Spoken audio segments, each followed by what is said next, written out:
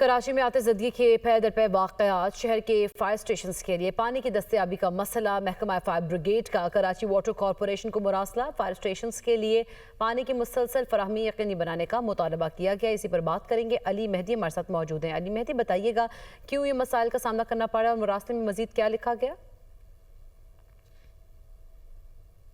جی بالکل، ثانیہ گل پلازہ اور شہر میں پے در پے آتش زدگی کے واقعات کے باوجود بھی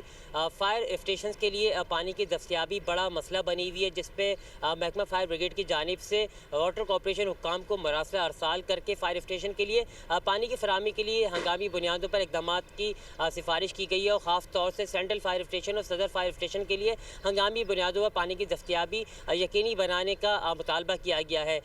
اس کے ساتھ ساتھ یہ بھی بتایا گیا ہے کہ مراسلے میں کہ پانی کی عدم دستیابی کے باعث عوامی تحفظ کے جو مفاد ہیں ان کو خطرات لاحق ہیں، اور فوری طور پر جو ہے پانی کی دستیابی کے لیے اقدامات کرنے کی ضرورت ہے، جس پر کراچی واٹر کارپوریشن کے چیف آپریٹنگ آفیسر اسد اللہ خان کی جانب سے فوری طور پر شہر بھر کے تمام فائر اسٹیشنز کے معائنے کے احکامات دے دیے گئے ہیں۔ فائر اسٹیشن میں جو لائنز ہیں، جو ٹینکس ہیں، ان کو جو ہے وہ چیک کرنے کے احکامات دیے گئے ہیں، ان کی رپورٹ مرتب کرنے کے احکامات دیے گئے ہیں۔ اس کے ساتھ ساتھ جو ٹینک کی گنجائش ہے اس کے حوالے سے ایک رپورٹ مرتب کرنے کو کہا گیا ہے، اور تمام فائر اسٹیشنز کے جو ٹینک ہیں ان کو ہر وقت جو ہے ان کو بھرا رکھنے کی ہدایت دی گئی ہے، اور ٹینکرز کے ذریعے اگر پانی کی دستیابی میں کوئی مسئلہ ہے تو فائر اسٹیشن کو پانی فراہم کرنے کے احکامات دیے گئے ہیں، اور متعلقہ حکام سے 3 روز میں واٹر بورڈ افسران سے اس حوالے سے رپورٹ بھی طلب کی گئی ہے۔ جی بہت شکریہ علی مہدی، آپ ہمیں آگاہ کر رہے تھے۔